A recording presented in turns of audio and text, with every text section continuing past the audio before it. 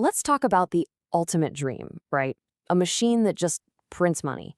An algorithm that trades the totally chaotic Forex markets 24/7 without any fear, without any greed, just making you a profit while you're asleep or at work or on vacation. It's a really powerful idea, and it is the core promise of every Forex trading bot out there. But here's the billion-dollar question we're going to tackle in this explainer. Is that dream of automated profit a reality you can actually tap into?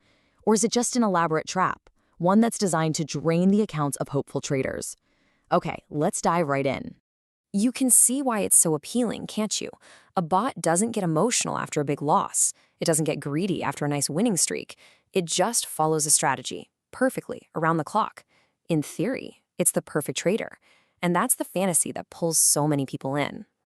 But before we get totally lost in that dream, we have to face the first and, honestly, the most common reality check: the huge marketplace of bots that are for sale.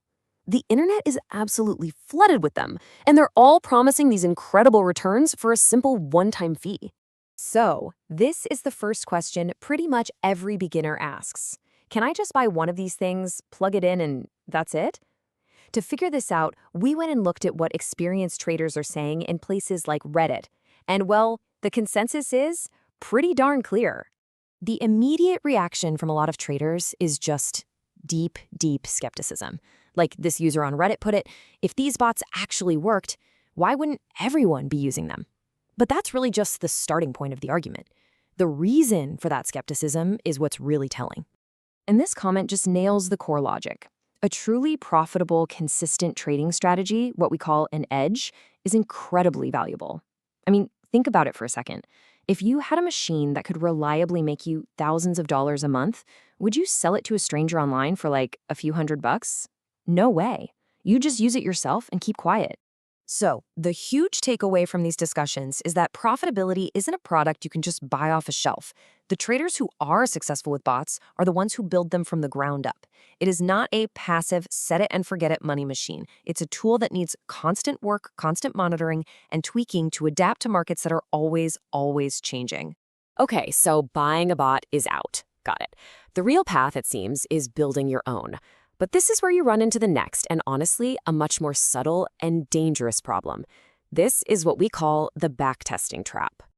You might spend months, even years, developing a strategy. You test it on historical data, and you see this perfect, beautiful profit curve going straight up. You get so excited, you put real money behind it, and then it just completely falls apart in the live market.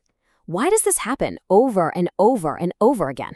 Well, the answer usually lies in a set of psychological and statistical traps that we call backtesting biases. According to research from trading platforms like FX Replay, these biases trick you. They make you think you have a winning strategy when what you really have is a strategy that was just perfectly designed to work on the past. All right, first up is the most common one of all, hindsight bias. You look at a chart from last year and you go, oh, of course I would have bought here and sold there. It looks so easy because you already know how it ended. But in that moment when it was actually happening, that perfect setup was full of uncertainty. This bias makes us way too confident in our ability to predict things. Next is a sneaky one called data snooping, or sometimes curve fitting. This is what happens when you just tweak your strategy endlessly on the exact same set of historical data. You test 20 different moving averages, 15 different RSI settings, until finally something works. The problem is you haven't found a real edge in the market, you've just found the random combination of settings that happen to work on that one specific piece of data. It's basically a statistical accident. And then there's cherry picking. This is when we subconsciously start editing the past. You see a signal your strategy gave that turned out to be a loser, and you tell yourself, yeah, but I wouldn't have taken that one. It just didn't look right. By ignoring the trades that don't fit the story you want to tell, you create this fantasy performance record that has zero chance of holding up in the real world. And believe me, the list goes on. There's look-ahead bias, where your code accidentally peaks at future data, confirmation bias, where you only see the winning trades, survivorship bias, where you only test on currencies that are still around today and ignore the ones that failed. The point is, building and testing a strategy without falling into all these traps, it takes incredible discipline and a really rigorous scientific approach. So, after navigating all the scams and all the biases, what's left? Is it even possible to build a profitable bot? Well, this is where things get interesting. Academic and institutional research gives us a pretty cool glimpse into what a real, robust, automated trading system actually looks like. Yeah, you gotta throw that idea of a simple script with a few if this, then that rules right out the window. The systems that are developed by researchers at places like the University of Cambridge, they are not single algorithms. They are highly complex, integrated systems with multiple layers, all working together. Take a look at this schematic from the University of Cambridge. This is not a simple flowchart. This is the architecture of a real institutional grade system. You can see how it's broken down into these different layers, each one with its own job, processing market data and feeding signals up the chain. We can kind of simplify this whole thing down into 3 critical layers. At the very bottom, you've got layer 1, the learning algorithm. Think of this as the brain, using really sophisticated models to find potential trades. Then, sitting on top of that, you have layer 2, the risk management overlay. This layer is like the brakes. It protects your money by enforcing stop losses or even just shutting down trading if things get too crazy. And at the very top is layer 3, dynamic optimization. This layer is constantly fine-tuning all the other layers to adapt as the market's behavior changes over time. And just so we're clear, that brain in layer 1 is not a simple thing. Research from places like Thomas Hot University gets into the kind of machine learning that's required. We're talking about deep neural networks and recurrent reinforcement learning models like LSTM. These are not static sets of rules. They are adaptive algorithms that are literally designed to learn from new data. The complexity here is just on a whole other level. So, after all of that, let's bring it all back home and finally answer the question we started with. Are Forex bots actually profitable? This table really sums it all up, doesn't it? The myth is that you get easy passive income from some magic box you buy online. The reality? It requires almost full-time work adapting a custom-built, multi-layered system. The myth is that a perfect backtest means you're going to make money. The reality is that having an unbiased process is the goal, and your system has to constantly evolve just to survive. So here's the verdict. It's a qualified yes. Forex bots can be profitable, but, and this is a huge but, that profitability is not a piece of software you can buy. It's the end result, the outcome of a massive amount of work and deep, cross-disciplinary expertise in coding, statistics, and a really profound understanding of how markets actually work. And that really just leaves us with one final question for you to think about. When you think about using a trading bot, are you approaching it with the mindset of building a sophisticated, adaptive tool? Or are you just looking to buy a lottery ticket, hoping for a shortcut to easy money? The answer to that question will probably determine your entire outcome. Hey, if this deep dive into the real world of Forex bots was helpful for you, let us know by hitting that like button. And if you know someone who's being tempted by that promise of easy profits, maybe share this explainer with them. For more content that cuts through the noise, make sure you subscribe to How to Start Forex. Thanks for watching. Hey, if you trade Forex, you know losses are part of the game. But what if those losses could actually save you money on your taxes? That's the big question we're tackling today for all you U.S. traders out there. Are Forex losses tax deductible? Let's dive in and find out. So, you had a tough year in the Forex market? It happens to the best of us, right? But don't just write it off as a total loss. Believe it or not, the IRS might just throw you a lifeline. There are specific rules that could seriously lower your tax bill, but you gotta know how to play the game. All right, here's our game plan. We'll start with the big question, then look at the 2 tax paths you can take. The default, Section 988, and the alternative, Section 1256. We'll compare them head to head, talk about how to actually report this stuff to the IRS, and then wrap up with the key things you absolutely need to remember. Okay, let's get right to it. Can you deduct your Forex losses? The simple answer is yes, but, and this is a big but, it's not that straightforward. The IRS, in its infinite wisdom, gives you 2 completely different ways to handle this, and the path you choose can have a massive impact on your wallet. And this right here is the absolute core of what we're talking about today. You actually have a choice. You're not stuck with one option. You can go with the default setting, or you can proactively choose a different path. Getting this one concept is, like, step 1 to being a tax-savvy trader. So let's talk about the do-nothing option first. This is what happens automatically if you just, well, don't do anything special. If you're a Forex trader in the US, the IRS automatically puts you into a category called Section 988. The 2 most important words on this slide are ordinary income. Think about it like this. Unlike trading stocks where you're dealing with capital gains, The IRS looks at your Forex trading profits, or losses, the same way it looks at your salary from your 9 to 5. Now, if you had a losing year, this is where Section 998 becomes your best friend. An ordinary loss is a beautiful thing. It's super powerful. You can use it to wipe out your taxable income from literally anywhere else, your job, a side hustle, whatever. And there's no pesky $3,000 limit like you get with stock losses. It's a huge deal.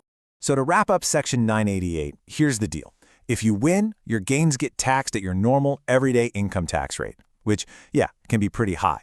But if you lose, those losses are 100% deductible against any other income you have. And remember, this is the default. It's what happens if you do nothing.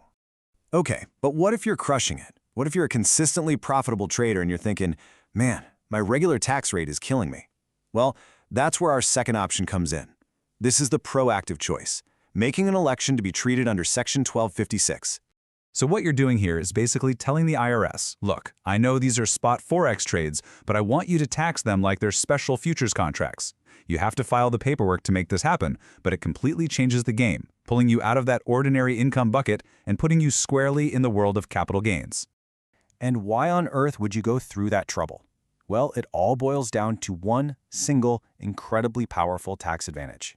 It's a special rule that can slash your taxable on your trading profits. Honestly, for a lot of traders, this is a total game changer. And here it is, the magic formula. It's called the 60-40 split. This right here is the star of the show. It's the #1 reason any trader would even consider making that Section 1256 election. So how does the 60-40 thing work? It's actually pretty cool. You take your total net profit for the year, 60% of it gets taxed at the super low long-term capital gains rate. The other 40% gets taxed at the higher short-term rate. And get this, it doesn't matter if you held a trade for 5 minutes or 5 months. You still get this favorable split. For active traders, this can be an absolutely massive tax savings. All right, so now you've seen both sides of the coin. You've got Section 988, the ordinary income default, and you've got Section 1256, the 60-40 split election. Let's put them in the ring and see how they stack up against each other. This chart really spells out the choice you have to make. Look at Section 988 on the left. Your gains get hit with higher taxes, sure, but your losses are incredibly powerful, fully deductible against all your income. Now look at Section 1256. Your gains get that sweet lower blended rate. Awesome. But if you have a loss, it's a capital loss, which is way more limited. You can only use it against capital gains and then just $3,000 a year against other income. So what it really comes down to is this: are you consistently profitable or not? Okay, theory is great, but how does this actually look on paper? You've got your numbers, you've picked your path. Now what? How do you tell Uncle Sam what's up? It's really a simple 3-step dance. 1, add up all your wins and losses to get your net number for the year. 2, know which team you're playing for, Section 988 or 1256. And 3, grab the right tax forms and fill them out. That's pretty much it. Now for the forms themselves. If you went with the 1256 election, Form 6781 is your go-to. It does all that 60-40 math for you. That info then gets sent over to Schedule D, which is where all your capital gains live. But hang on, there's another form here. And this one is super important, especially if you took a big hit under the default Section 988. Okay, everybody listen up, because this is a big one. If you're on the Section 988 plan, the default, and you have a Forex loss of more than $50,000 in a single year, you have to file a special form, Form 8886. The IRS wants to know about these big losses. If you don't file it, the penalties can be really, really steep. So please, don't forget this. Whew. Okay, that was a lot of tax talk, I know. Let's zoom out and just hit the highlights. What are the key things you need to walk away with today? First and foremost, yes, your Forex losses are tax deductible. That's a huge win. Second, you have a choice. You can treat it as an ordinary loss with Section 988 or a capital loss with Section 1256. Remember, that 60-40 rule with 1256 is amazing for cutting taxes on your profits. The bottom line is, your choice really matters. Don't just stumble into the default without thinking about it. So that's the big question I want to leave you with. Now that you know the rules of the game, what's your strategy going to be for next year? Are you a Section 988 person or a Section 1256 person? Seriously, thinking about this now could save you a ton of cash come tax time. I really hope this breakdown of Forex taxes was helpful. If you got something out of it, do me a huge favor and hit that like button, share it with another trader, and of course, subscribe to the channel, How to Start Forex. We've got a lot more content like this coming your way. Thanks so much for hanging out with me. You ever stumble across a trading term that's just everywhere, but nobody seems to explain it in a simple way? For a lot of traders, that term is order blocks. Well, today, we're going to cut right through all that noise. We'll figure out what they really are, and maybe more importantly, how you can actually use them in a smart way. Let's dive in. And hey, if you've ever felt like this, you are definitely not alone. This comment from Reddit just hits the nail on the head, right? You see order blocks all over YouTube, you hear traders talking about them, but the concept itself can feel kind of slippery. It's like you know it's important, but it's just out of reach. And then, you've got the other side, total skepticism. This trader argues that order blocks are part of smart money concepts, or ICT, and that trying to find them on a normal chart is basically just wishful thinking. So, what's the deal? Are they a powerful trading tool, or is it all just a myth? Let's find out. All right, so to really get to the bottom of this, we've got to go back to square one. What is the actual theory behind an order block? What are we even looking for when we talk about them? So here it is. The textbook definition is that an order block is a specific price zone where the big players, the institutions, the smart money, placed huge orders. The best way to think about it is like a footprint. They came through, did some business, and left a mark on the chart. Now, why would they leave a footprint? Well, think about it. If a giant bank wants to buy, say, $500 million worth of a currency, they can't just slam the buy button. That would send the price skyrocketing against them. So instead, they have to quietly build their position. And in doing so, they often leave a chunk of their order unfilled, waiting right there in that zone. Okay, so right about now, you might be thinking, hang on, isn't this just a supply and demand zone? And that's a great question. The key difference really comes down to precision. A supply and demand zone is like a broad area, a general region of interest. An order block, on the other hand, is supposed to be the surgical point, often down to a single candle, where the big money really initiated a move. Okay, so that's the theory. But theory is one thing. How do we actually find these supposed footprints on a live chart? Let's shift gears from the what to the how and look at the simple rules for spotting them. All right, for a bullish order block, the rule is pretty simple. You're looking for the very last down candle right before a powerful, explosive move to the upside. The thinking here is that this last little bit of selling was completely swallowed up by massive buyers who then just took over the market. That last bearish candle, that's your zone. And you guessed it, for a bearish order block, we just flip that logic on its head. You're hunting for the final up candle just before the price takes a nosedive. Again, the idea is that this was the buyer's last gasp before the huge institutional sellers stepped in, leaving their footprint right there on that last bullish candle. So, we know the theory, we know how to spot them. Seems pretty easy, right? But this is exactly where our story takes a sharp turn, because there's a massive plot twist here that, honestly, most traders only learn the hard way. I mean, it begs the question, right? If these zones are so clear and so easy to find on a chart, shouldn't trading them be like printing money? Is this the holy grail that everybody's been looking for? Well, here's the hard truth, perfectly put by FXD Sniper: they often don't work. At least, not in the way most people think they work. In fact, the argument is that order blocks are almost designed to be taken out. So what in the world is going on? The answer, in one word, is liquidity. Look at what happens here. A ton of traders see that obvious order block. They place their buy orders, and they put their stop losses right underneath it for protection. What does the market do? It often dips down just far enough to trigger all those stops. That's the liquidity sweep. And then it reverses and goes in the direction everyone expected. The order block wasn't the entry signal. It was the bait. So does this mean order blocks are totally useless? Not at all. It just means we need to upgrade our thinking. We need to stop seeing them as a simple green light for an entry and start seeing them as a critical point of interest in a much bigger game. So here's a much smarter way to play it. First, and this is the most important rule, an order block is a point of interest, not an entry signal. Second, instead of jumping in, be patient. Wait for that liquidity sweep to happen. Let the trap get sprung on someone else before you look for an entry. Third, be super careful with zones created around big news events. They're just too chaotic. And a pro tip, often the most reliable block is the most extreme one, the very highest or lowest one in a whole price swing. You see, the biggest takeaway here is all about context. An order block isn't some magic signal that exists in a vacuum. It's just one piece of a much larger puzzle involving market structure and, you guessed it, liquidity. And to really see that bigger picture, check this out. The standard order block is just the start. When price sweeps an order block and then breaks right through it, that failed zone can actually flip and become a breaker block. Or if a trend just runs out of steam without a big sweep, that area is sometimes called a mitigation block. You see, they're all related. They tell a story about what the market is trying to do. So I want to leave you with this final thought to chew on. After everything we've looked at, is an order block really a signal telling you when to trade? Or is it more of a clue that tells you where to watch for the real move to begin? Seriously, the answer to that question could completely change how you look at your charts. I really hope this helped clear things up and connect some dots for you. If you found this useful, do us a huge favor and hit that like button, share it with a friend, and make sure you're subscribed to the How to Start Forex YouTube channel. We put out clear guides like this all the time. Thanks for watching.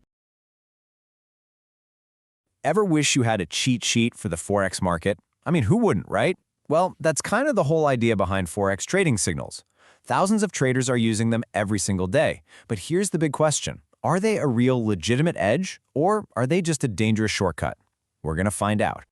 Let's be real. The Forex market is an absolute beast. It moves at lightning speed, it's super volatile, and honestly, it can take years to get good at it. So it makes total sense why so many people are on the hunt for a shortcut, right? And that's exactly where signals pop up, promising easier profits. But can they actually deliver? Let's dig in and see what's what. All right, so let's get into the nitty-gritty. How do these signals actually work? It's not some kind of magic trick, you know? It's really just a specific set of instructions. We're going to break down what a signal is, piece by piece, and look at all the crucial info it gives you. Okay, so at its heart, a Forex signal is basically a trade alert. It's like a text message that tells you, hey, you should look at this currency pair, like the euro versus the US dollar. And it doesn't just stop there. It gives you the exact numbers you need, where to get in, where to set your stop loss to protect yourself if things go south, and where to take your profit. It's literally a complete trade idea, all packaged up and sent right to you. So who's actually creating these signals? Where are they coming from? Well, it boils down to two main sources. On one side, you've got human analysts. We're talking experienced traders, guys who live and breathe this stuff, just staring at charts and digging through economic news. Then on the other side, you've got the machines, automated algorithms, or what people call Forex robots. These things use some seriously complex models to crunch massive amounts of data and spit out trade suggestions. It's kind of like this epic showdown, human intuition versus pure machine intelligence. Okay, I know what you're probably thinking right now. Wait a minute, this sounds an awful lot like copy trading. And you know what? You're not wrong. They're definitely in the same ballpark. But, and this is a big but, there is one crucial difference that changes the entire game. Let's break it down. So here's the deal. The number one difference between copy trading and signals is one word: automation. With copy trading, it's completely hands-off. You link your account and boom, every trade an expert makes is automatically copied for you. Signals, though, that puts you in the driver's seat. You get the trade idea, but you and only you decide whether to pull the trigger and place the trade.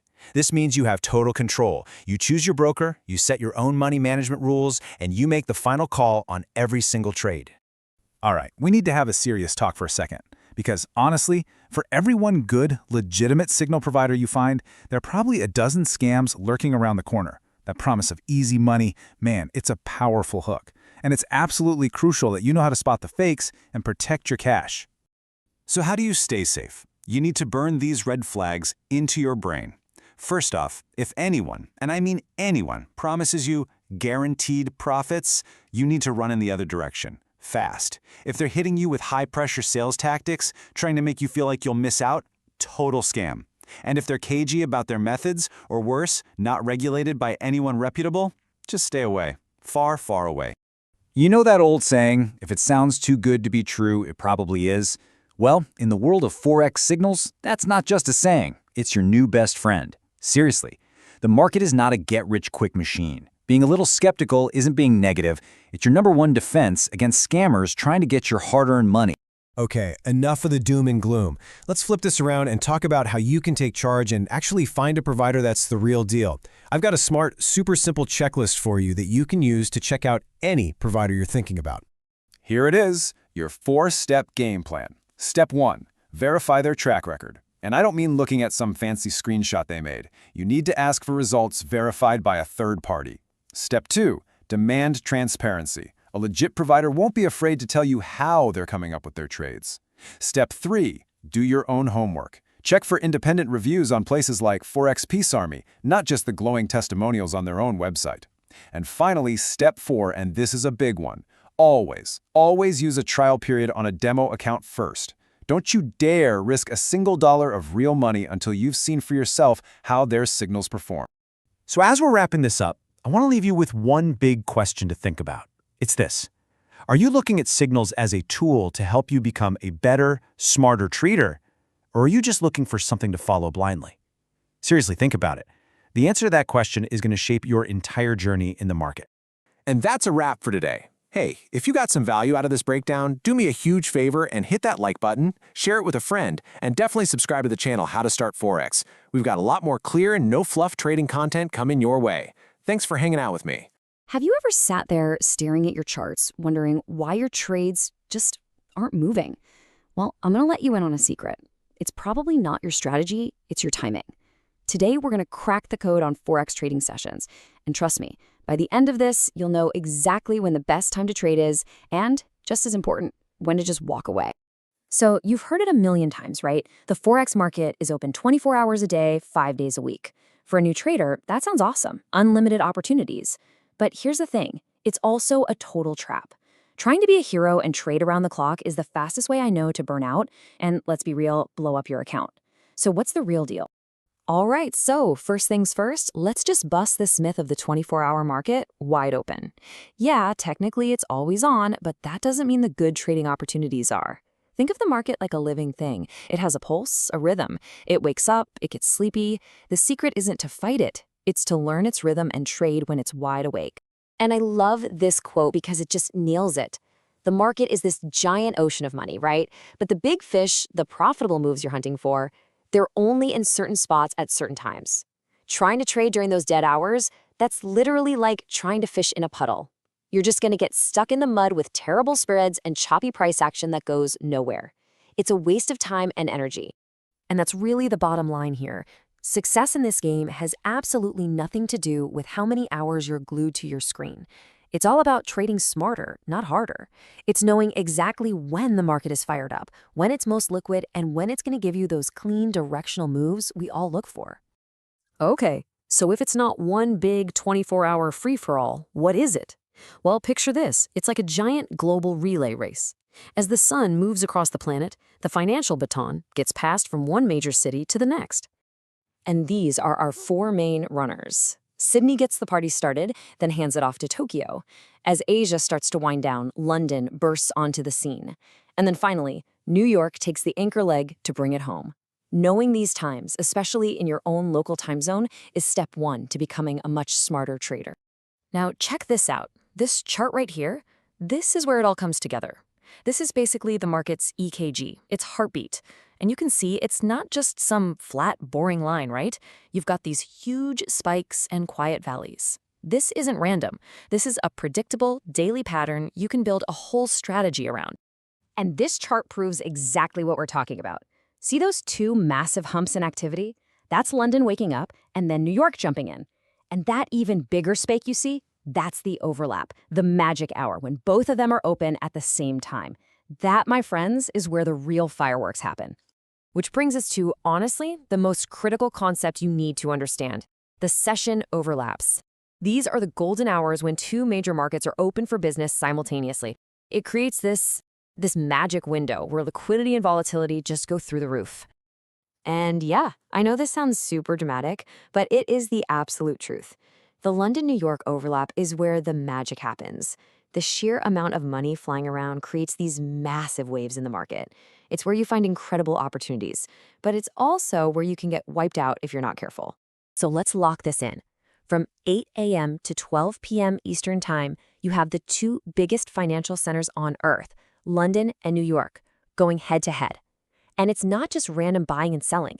This is when major economic news, like jobs reports from the US or inflation data from Europe, gets released. It creates a perfect storm for traders.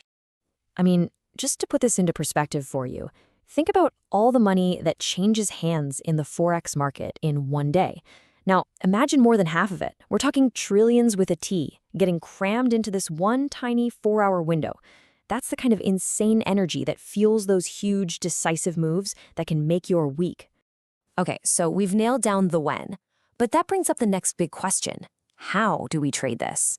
See, the key is understanding that each session has its own personality, and you've got to match your trading strategy to that personality. You can't use the same game plan for every session.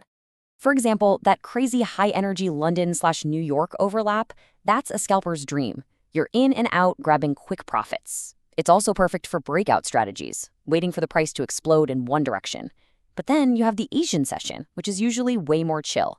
That's perfect for range trading, where you're just trading bounces between clear support and resistance levels. Two totally different vibes, two totally different strategies. And here's some real-world intel on what pairs are hot during each session. When London is open, it's all about the euro and the pound. Makes sense, right? Then, when New York comes online, the US dollar pairs and gold take center stage. And during the quieter Asian session, you'll see the most action in the Aussie, the Kiwi, and the yen, usually because they're reacting to their own economic news overnight. All right, you ready for a pro tip? This is something that trips up so many traders, and it's so simple to avoid. Let's talk about daylight saving time. It seems like a tiny detail, but it can throw your whole schedule off. Because, and this is key, the US and Europe do not change their clocks on the same day. Okay, lean in for this because it's super important. Look at March 2025. The US springs forward a few weeks before Europe. For those couple of weeks, that magic London-New York overlap actually shifts. If you don't adjust your schedule, you could log on an hour late and miss the entire party. So your homework is to always check the calendar for DST changes. Don't get caught out. So after all that, what's the big takeaway? It's all about finding your sweet spot. It's about taking this knowledge of the market's rhythm and lining it up with your own life, your job, your sleep schedule, and your personality as a trader. That's how you create a sustainable, successful trading plan. All right, let's boil this all down. 1. The 24/5 market is a myth. Think of it as 4 sessions in a relay race. 2. The main event is when markets overlap, especially London and New York. That's where the action is. 3. Match your strategy to the session's personality. Don't be a scalper in a quiet market. And 4. Pay attention to daylight saving time. So I'll leave you with this question to think about. Who are you as a trader? Are you an overlap opportunist who thrives on that high-octane action? Or are you more of an Asian session strategist who prefers a calmer, more methodical approach? There's no right or wrong answer, but knowing your answer, that's a total game changer. Hey, I really hope this explainer was a light bulb moment for you. If you got some value out of this, do me a huge favor. Hit that like button, share it with another trader who needs to see it, and make sure you subscribe to our channel, How to Start Forex. We've got a ton more content just like this coming your way. Thanks for watching, and I'll see you in the next one. All right, let's talk about something huge. Ever wondered what the biggest financial market in the world really is? Today, we're going to pull back the curtain on Forex trading. It's this massive 24-hour market where, get this, trillions of dollars change hands every single day. We're going to break down what it is, how it works, and who the real players are. So just to give you a sense of scale here, let me ask you something. What do you think is the biggest financial market on the entire planet? I mean, is it the stock market? Maybe the bond market? Go on, take a guess. The answer is a jaw-dropping $7.5 trillion. And that's not per year or per month. That is the average amount of money traded in the Forex market every single day. To put that into perspective, that's more than 13 times the daily volume of the entire S&P 500. So yeah, this isn't just a big market, it is the market. Okay, so what is this behemoth really? Well, Forex, or FX for short, stands for foreign exchange. And at its heart, it's pretty simple. It's the global marketplace where one country's currency is traded for another. It's the engine that figures out the exchange rate for every single currency on Earth. And here's the cool part. This whole thing might sound super complex, but I bet you've already been a part of it. Seriously, if you've ever gone on an international trip and had to swap your US dollars for, say, euros or British pounds, yep, you made a Forex transaction. You were actually participating in the largest financial market in the world, and you probably didn't even realize it. Now, one of the most fascinating things about Forex is that it never really sleeps. You know how the New York Stock Exchange has its famous opening and closing bells? Forex doesn't have that. It's always active somewhere in the world. So how's that even possible? It all comes down to geography. Think of it like this. The trading day kicks off in Sydney, then it moves over to Tokyo, then it jumps across to London and finally lands in New York, right before it starts all over again in Sydney. It creates this seamless 24-hour trading session that literally follows the sun around the planet. And the reason this continuous cycle can even happen is because Forex isn't traded on one single exchange, like the stock market. Nope. It's what we call a decentralized network of banks and financial centers all over the world. So just as one major hub is closing up for the day, another one is just getting started. And that's how you get a market that runs around the clock 5 days a week. But here's a pro tip. Not all hours of the day are created equal. Not by a long shot. The real action, the real magic, happens when the business hours of these major financial centers overlap. When you have two markets open at the same time, that's when trading volume and volatility just shoot up, and that creates way more opportunities. And the absolute sweet spot, the most crucial overlap of them all, is that 4-hour window between 8 a.m. and 12 p.m. Eastern Time. Why? Because during that time, you have both London, which is the world's biggest Forex center, and New York open for business. This is when the market is absolutely buzzing. It's the most active, most volatile period, and it's where traders see the most potential. Okay, so how do these trades actually, work? The very first thing you got to get your head around is that in Forex, you're never just buying or selling one currency by itself. It's not like buying a stock. Everything, and I mean everything, is traded in pairs. And these pairs fall into 3 main buckets. First, you've got the majors. These are the big kahunas, the most popular ones. They always include the US dollar and account for something like 85% of all trades. Then there are the minors. These are pairs of other big currencies, but they don't involve the US dollar. And finally, you have the exotics. That's when you pair a major currency with one from a smaller or developing economy. Now, reading a pair is actually super simple. The first currency is called the base, and the second one is the quote. The price you see? That just tells you how much of the quote currency you need to buy one single unit of the base.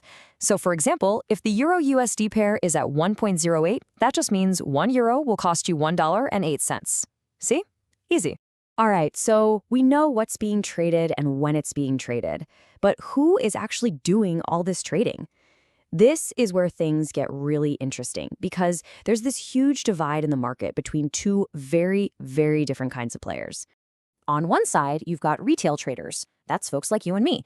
We're usually working with smaller personal accounts and using what's called high leverage, which is just a fancy way of saying we can control big positions with a small amount of money. And we tend to focus on technical analysis, reading chart patterns to try and predict what's next. But then you've got the other side, the institutions. We're talking the big banks, the huge hedge funds. They're trading with millions, even billions of dollars using low leverage. And they're all about fundamental analysis, digging deep into a country's entire economy to figure out what a currency is really worth. And it's so important to understand this dynamic. I saw a perfect quote from a retail trader on Reddit that summed it up. We are little fish in a big sea. And that's exactly it. Recognizing your place in this massive ecosystem, that's really the first step to having any chance of navigating it successfully. And this right here, this gives you a little peek into what those big fish are up to. This visual actually comes from a research paper, and it shows how their sophisticated AI models are weighing dozens of different economic factors, things like trade data, inflation, interest rates, all to forecast where a currency might be headed. They aren't just looking at pretty charts like we do, they are crunching absolutely massive amounts of data to find any tiny edge they can. Okay, so knowing you're up against these absolute giants, how in the world is a beginner supposed to approach this market, right? If you're thinking about dipping your toes in, here's a really practical checklist, and this is all based on advice from people who've been doing this for a long time. The advice from seasoned traders is always super clear and super consistent. Number 1, get educated. Seriously, learn everything you can before you risk a single dollar. 2, make a plan. A detailed trading plan that lays out your goals, how much risk you're willing to take, and then you have to stick to it. 3, practice. Use a risk-free demo account to test out your plan until it feels like second nature. And probably the most important things, know your limits. Never risk more money than you can actually afford to lose. And manage your emotions. The market does not care about your feelings, so you have to avoid that revenge trading impulse after you take a loss. At the end of the day, discipline is the name of the game. And all of this really brings us to the final big question, doesn't it? In a market that's so dominated by these huge institutions with their fancy AI and their bottomless pockets, is it still possible for a smart, disciplined individual trader to find an edge and actually succeed? That's the challenge every single retail trader has to face. And the answer, if there is one, has to lie in discipline, solid strategy, and having some very realistic expectations. So there you have it. That's our quick tour of the wild world of Forex. We've seen just how massive it is, how it never sleeps, and who the real giants swimming in these waters are. If you found this explainer helpful and it helped you make a little more sense of things, please do me a favor and like, share, and subscribe to the YouTube channel How to Start Forex for more guides